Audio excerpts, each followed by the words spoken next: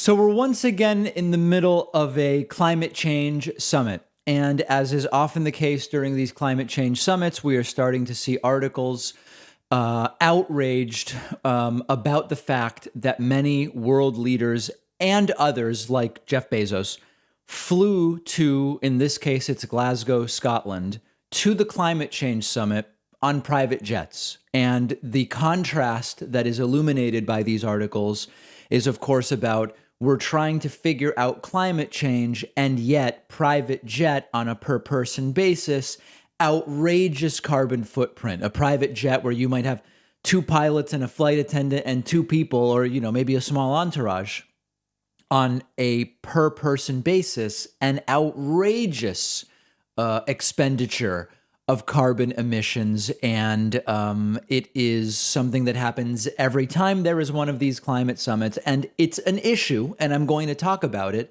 But I actually believe that it's part of the distraction from the real issue. And I'll explain to you in a moment. So here's just one sample article. Around 400 private jets carrying heads of state, billionaires, business leaders, and celebrities have converged on Glasgow for a global warming summit. Amazon founder Jeff Bezos' $65 million Gulfstream jet was among the hundreds of VIP jets reportedly carrying more than 1,000 attendees and their staff to the COP26 meeting, COP26, with others including Microsoft founder Bill Gates, actor Arnold Schwarzenegger also expected to fly in. It can't be stressed enough how bad private jets are for the environment. It is the worst way to travel by miles, says Matt Finch from the UK's Transport and Environment Campaign Group. The average private jet, and we are not talking Air Force One, emits 2 tons of CO2 every hour in flight. Private jets are very prestigious, but it is difficult to avoid the hypocrisy of using one while claiming to be fighting climate change. He said, for context, the total carbon footprint of an ordinary citizen, including everywhere they travel and everything they consume, is around 8 tons a year. So basically, like just your flight to COP26 is 2 tons per hour. And most normal people consume, about 8 tons a year in carbon emissions. In total, the 400 private aircraft are expected to emit 13,000 tons of carbon dioxide. But UK Secretary of State Liz Truss defended the number of planes flying in, saying it's important that we have people face to face. I think everybody who's ever done a Zoom call knows they're quite useful for some things, but when you really get into crunch negotiations, when you want to look somebody in the eye and talk to them face to face, you do need to meet in person. So listen, I hate to tell people the solution is not going to be to ban private jets. So let's take it piece by piece. Does this happen at every climate change summit? Yes. Do people get angry every time? Yes. Is there something legitimately hypocritical about saying we want to deal with climate, but I'm going to expend a family's worth of annual CO2 emissions just to fly myself, in this case, to Glasgow, Scotland? Yes, that's all absolutely true and legitimate. But there's 2 different things that are going on here. First is just kind of like a pragmatism. The economics of private jets for these elites, for lack of a better term, dignitaries, billionaires, politicians, etc., the economics of the private jet makes sense. And it's been calculated ad nauseum. If you're a CEO and you've got to go to the airport, typically the airports you fly out of commercially are far more congested and in traffic-laden areas, and you've got to get there an hour and a half before the flight, or maybe longer, depending on what's going on. And then you've got to do security boarding, all these different things, then get out of the airport. Just the additional time on the basis of what CEOs get paid makes it worth it to do the private jet. Now, you could say, well, they shouldn't be getting paid that much. Okay. These are all debates we can have, but I want to first start from just like a completely pragmatic thing. The private jets aren't going away for these people. Private jets aren't going to be banned. I don't even know what the legal framework would be to ban private jets. Like this stuff just isn't going to happen. We might want to do some of these things. It's not going to happen. So the solution here is not going to be to ban private jets. All right, that's number one. In terms of like the technological question here, the solution on private jet emissions is going to be renewable fuels, solar-powered planes, prototypes already exist. At some point, it's going to be a real thing. We have to be realistic as far as that goes. I am 110% on board in saying, look at the per person carbon emissions for getting these people to Glasgow. It's obscene. It's crazy. It's particularly counterproductive when we're talking about dealing with climate. Fine, but it's not going to change.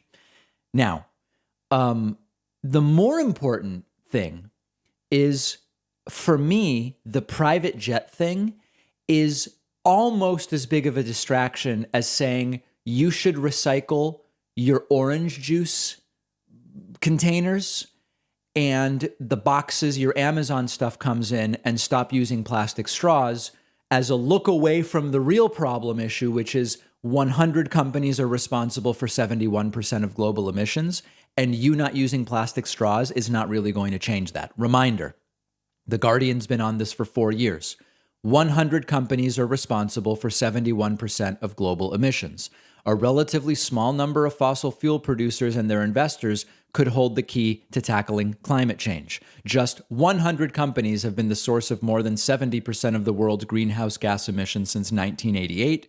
The Carbon Majors report pinpoints how a relatively small set of fossil fuel producers may hold the key to systemic change on carbon emissions. We've known this for a very long time.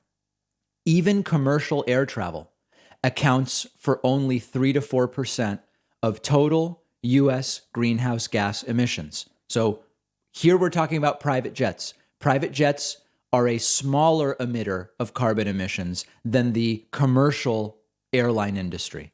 Commercial airliners are responsible for 3 to 4% of U.S. greenhouse gas emissions.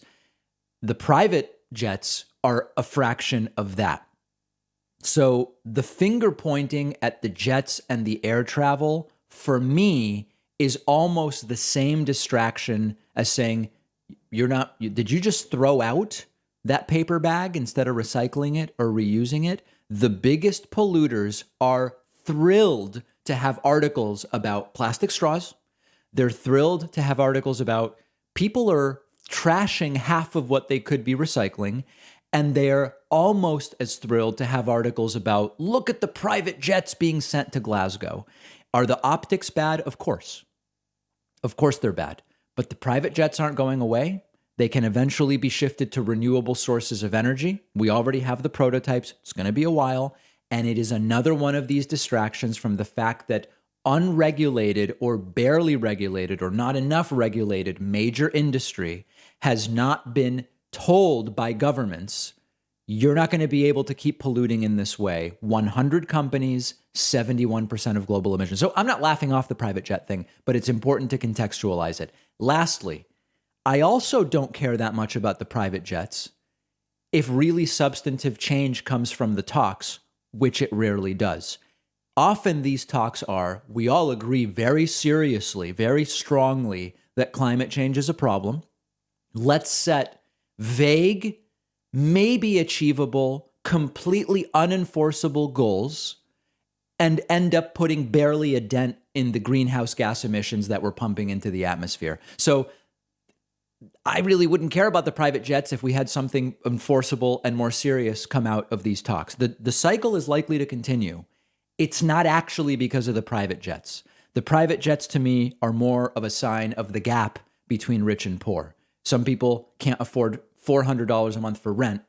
And meanwhile, you have people flying to Glasgow for the climate change talks, spending $500 or $1,000 or $2,000 an hour in gas alone for the private jet. Never mind the pilots and the airport fees and all of these different things. So yes, it's absurd, but let's contextualize the absurdity. If you disagree with me, let me know. Let's be honest, most health food snacks are not very exciting. They don't taste great. They don't fill you up.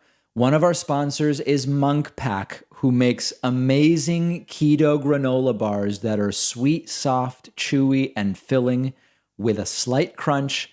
Each has only 1 gram of sugar, 2 to 3 net carbs, and just 140 calories. Perfect for anybody doing low carb or keto. Or if you just want a tasty, sweet snack without the sugar.